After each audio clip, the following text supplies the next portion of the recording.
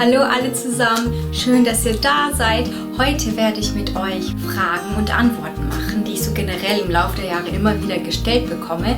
In diesem Video werde ich auch vor allem meine musikalische Entwicklung zeigen. Da werden auch Videos aufkreuzen, wo ich klein bin und wie sich das Ganze so entwickelt hat. Die Videos sind so alt und sind schon so wackelig. Ich hoffe, ihr überseht einfach, dass manche Bilder richtig schrecklich wackeln. Das Video wird ein bisschen länger. Schaut so lange, wie weit ihr Lust habt, und der Rest schaut bis zum bitteren Ende. Ansonsten fange ich gleich mit der ersten Frage an. Ne? Okay.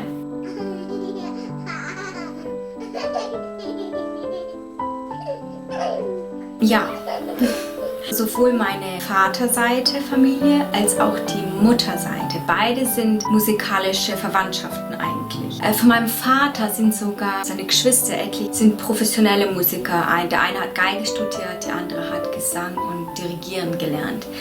Meine beiden Eltern sind Hobbymusiker. Mein Vater spielt Saxophon und meine Mom Klavier. Die haben auch so eine Singkultur noch gehabt damals. Also das merkt man, weil die haben mit uns viel gesungen.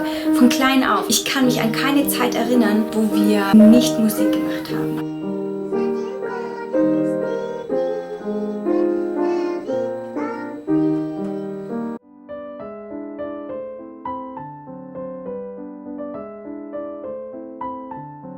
Also das war ganz einfach. Meine Eltern sind eines Abends in der Stadt spazieren gegangen und dann haben die dort eine Harfenistin spielen sehen. Und dann meinten die, oh, wenn wir eine Tochter haben, die wird Harfe spielen.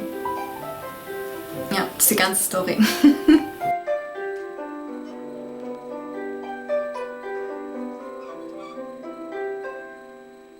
Wir haben so gut wie keiner unsere eigenen Instrumente ausgewählt. Das klingt jetzt erstmal so wie, aber ihr müsst sehen, wenn ihr ein Kind fragt, was willst du für ein Instrument spielen? Was wird es dir antworten? Das, was es kennt. Wenn es nur Klavier, Gitarre, Geige und Trompete kennt, dann wird es nur das nennen. Und meine Eltern haben begriffen, dass wenn die Eltern begeistert sind von etwas, dann sind auch Kinder begeistert. Und die waren so, boah, Harfe ist so cool. Und wir so, ja!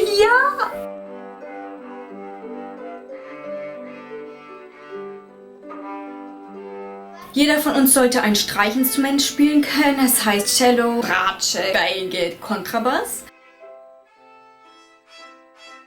Und ein Blasinstrument, Saxophon, Trompete, Horn, Flöte, genau. Und dann hinzu kam halt noch Singen sowieso, und Klavier haben wir dann auch ein bisschen geklimpert.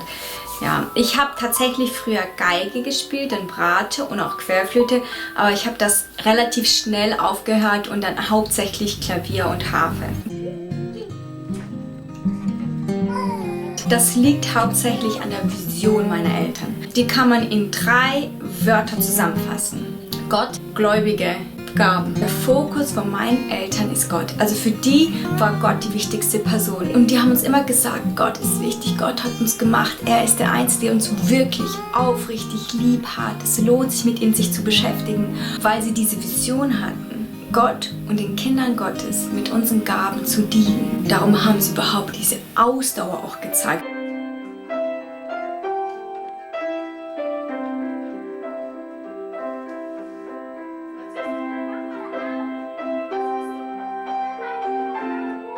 Auf jeden Fall, die haben geheiratet, die haben dann 6 Kinder gezeugt, meine Eltern, meine Familie generell liebt Kinder. Und dann haben sie von vornherein gesagt, ihr spielt Instrumente, damit dient ihr Gott. Das wiederum heißt viel Arbeit.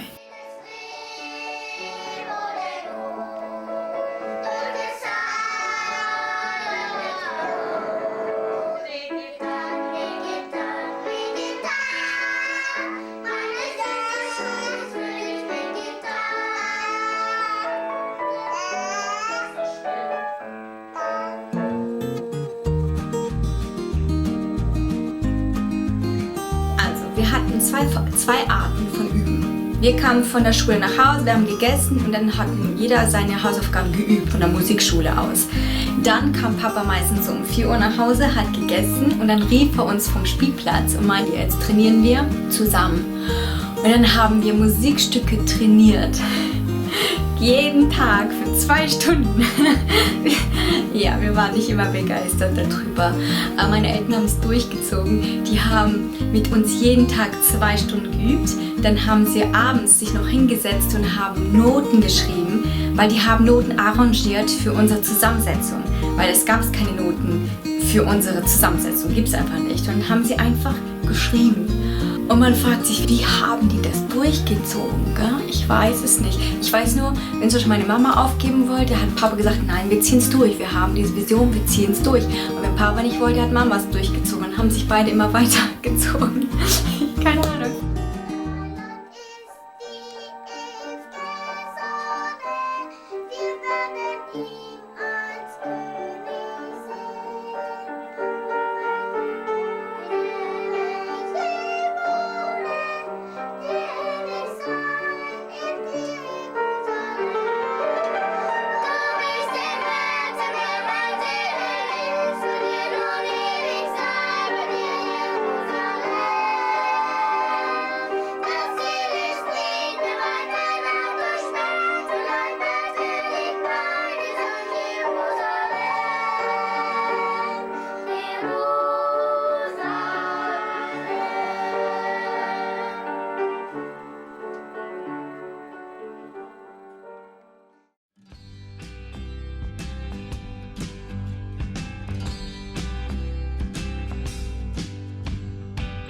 In den Kirchen haben wir gesungen und gespielt, auf Hochzeiten, Geburtstage oder zu Gruppengemeinschaften von Gläubigen, die nur ganz wenige waren.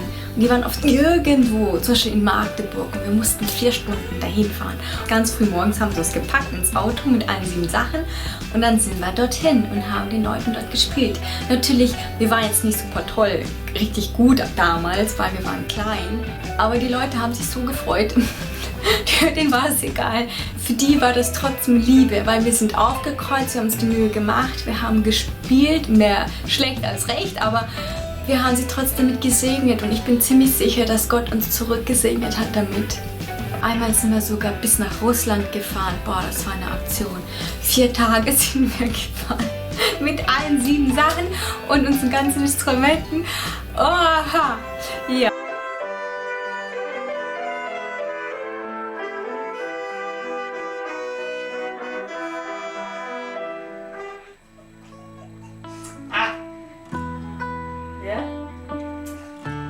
Meine Eltern haben immer gesungen, das heißt, wir haben es schon im Bauch mitbekommen und dann, als wir geboren sind, haben die weiter gesungen und irgendwann haben wir dann mit angefangen zu singen, das war das Erste. Ja, und dann fangen wir auch mit Glockenspiel, glaube ich. Ja, Glockenspiel, dann Flöte und dann ging es direkt los mit Instrumenten.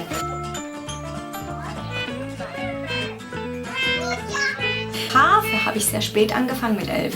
Spät, was heißt spät? Also ich habe vorher andere Instrumente gespielt, deshalb war es leicht zu ändern. Also Harfe habe ich mit 11 angefangen, Klavier und alles mögliche früher und so auch alle anderen meine Geschwister. Meine Eltern haben auch sehr strategisch gedacht. Das erste Kind hat zum Beispiel Geige angefangen zu spielen, das zweite auch. Das heißt, sie haben das nächste Kind dann ein Cello ihm gegeben.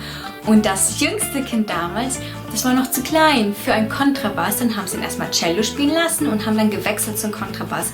Wir haben alle darauf gewartet, dass er irgendwann groß genug ist, dass er Kontrabass spielen kann.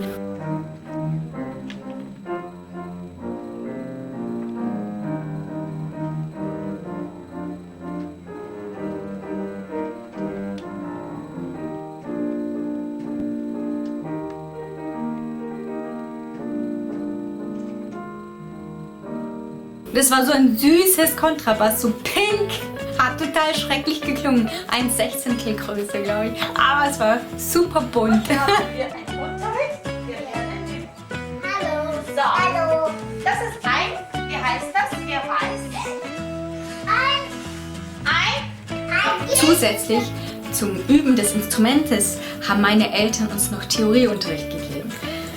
Das heißt, sie saßen mit uns und haben Noten gelernt, was sind Intervalle, was ist Harmonielehre. Dann hatten wir solche Heftchen und die mussten wir alle durchgehen. Ja, ich glaube, ich bin bis zu Buch 7 gekommen. Und dann irgendwann habe ich selbst solche Bücher genommen und gelernt, weil es mich interessiert hat. Einfach, es ist sehr spannend, fand ich. war nicht super reich. Papa hat nicht so viel verdient und wir waren 8 Leute, die er ernähren musste damit. Was die gemacht haben ist, wir haben keine anderen Luxusausgaben gehabt. Wir haben viel gebrauchte Sachen. Wir hatten immer nur irgendwelche gebrauchte Autos, mehr oder weniger. Keine guten Möbel, wir sind in keinen Urlaub gefahren. Ich meine, wir haben zwar Freizeit gehabt, meine Eltern haben viel Spaß mit uns gehabt. Also einfach, dass sie mit uns rausgegangen sind oder sonst. Also wir waren wirklich viel unterwegs, wir haben Sachen gemacht, aber wir haben nicht Geld investiert. Wir hatten aber alles, was nötig war. Also ich habe nie Mangel gefühlt. Die Frage ist es dir wert, das investieren? Andere wollen lieber ein Auto haben, als in ein Piano oder in eine Harfe zu investieren. Und das ist okay. Und vergiss nicht, dass wir auch nicht alles auf einmal gekauft haben. Ne? Sondern ein Kind gespart, bezahlt.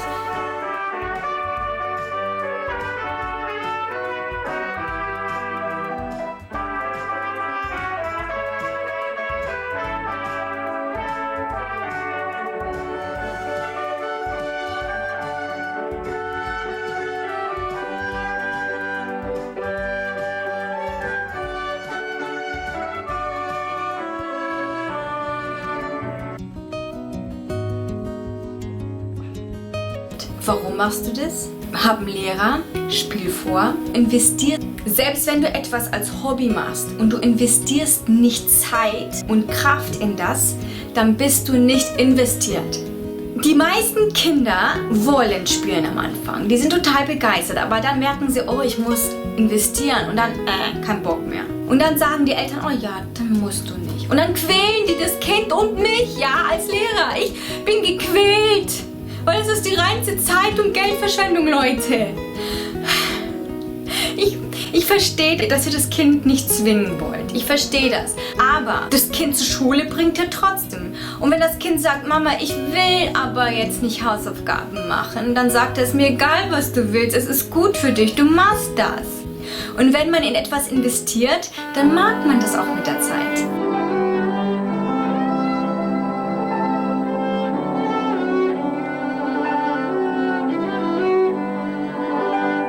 Dementsprechend, wenn ihr eure Kinder oder selbst zum Musikinstrument anmeldet, seid euch bewusst, dass A, euer Kind es wollen wird am Anfang, nach kurzer Zeit nicht mehr und dann ist es eure Aufgabe als Eltern, nicht vom Kind. Du kannst nicht vom Kind erwarten, dass es Disziplin gelernt hat. Selbstbeherrschung, weitsichtiges Denken, es ist ein Kind. Das heißt, es liegt an euch Eltern, nicht am Kind. Wenn ihr ihm genug Disziplin im Laufe der Jahre beigebracht habt, wirklich dieses auch Selbstverantwortung übernehmen, dann kann es dann selbst das weiterführen ohne euch. Okay, jetzt trifft sich gerade auch, aber es ist ja, mein Großvater hat auch mit meiner Mama daneben gesessen. Er hat zwar dann immer geschlafen, während sie geübt hat, aber er hat mit ihr gesessen. Meine Mama auch, sie hat mit uns gesessen. Jeden Tag. Ihr müsst es nicht in so einem Maß machen wie meine Eltern. Aber wenigstens 10 Minuten, 15 Minuten, 20 Minuten, das ist machbar. Aber wenn ihr sagt, ich will meine Nerven darauf nicht aufpulvern, voll okay, dann kauft das Instrument nicht.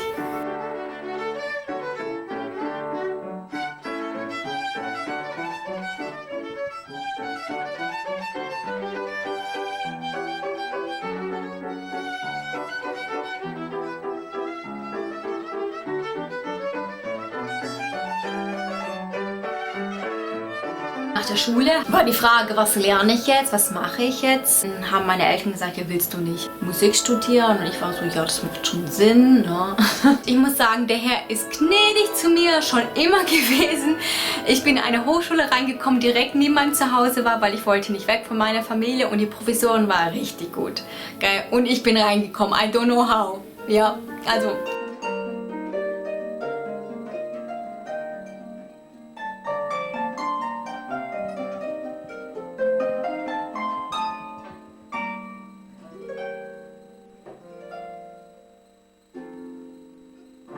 Und dann habe ich Musik studiert, erstmal im Harfe als Hauptfach. Dann habe ich auch Pädagogik studiert mit Musik als Fokus. Und nach dem Musikstudium habe ich dann auch tatsächlich noch Theologie studiert.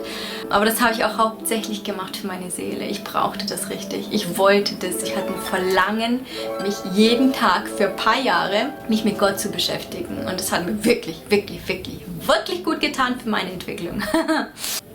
Und jetzt unterrichte ich hauptsächlich Musik, und zwar Harfe, Klavier und Gesang. Und ich mache dann halt diese Videos auch auf YouTube. Übrigens, warum ich YouTube mache, ist genau die gleiche Vision, die meine Eltern eigentlich mir vorgelebt haben. Ich will euch damit segnen und ich hoffe, ich habe euch damit gesegnet. Das ist aufrichtig mein Hauptgrund, warum ich das überhaupt mache. Ja.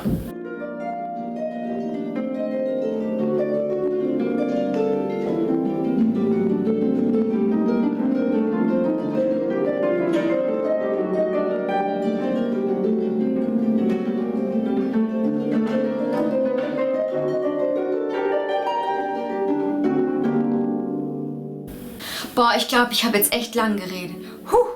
Okay.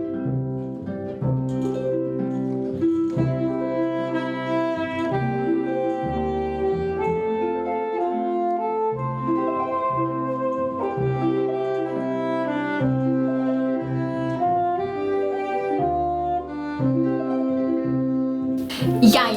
An sich sind wir jetzt alle auseinandergezogen. Die meisten von uns haben eine Familie gegründet, haben ihre eigenen Kinder.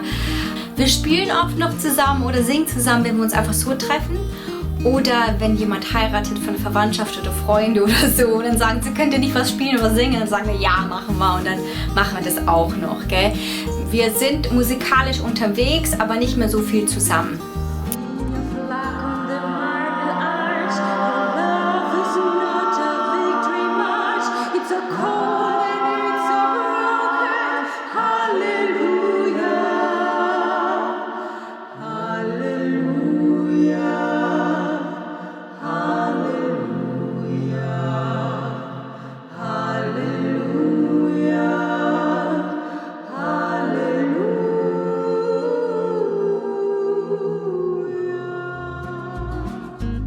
Das macht natürlich meine Eltern ein bisschen traurig, weil die haben so viel investiert und idealerweise hätten sich gewünscht, wir bleiben alle zusammen und wir machen zusammen weiter Musik.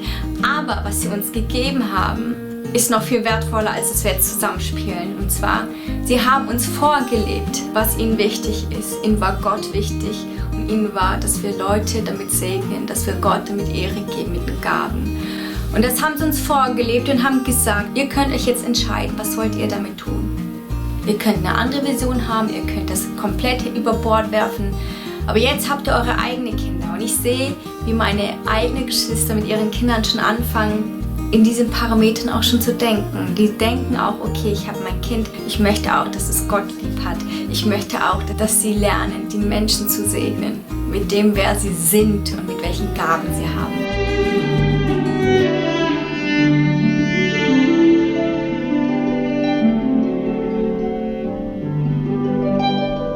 Was ist deine Vision für dein Leben? Und eine Vision, wo du sagen kannst, ja, diese Vision will ich auch meiner Familie und meinen Nachkommen und den Menschen, mit denen ich bin, das möchte ich weitergeben, das möchte ich vermitteln. Wenn ihr noch Fragen habt, dann schreibt sie mir und ich werde dann ein zweites Video machen, wo ich dann weiter beantworten werde eure Fragen. Danke fürs Dasein, ich hab euch gern. Bye bye.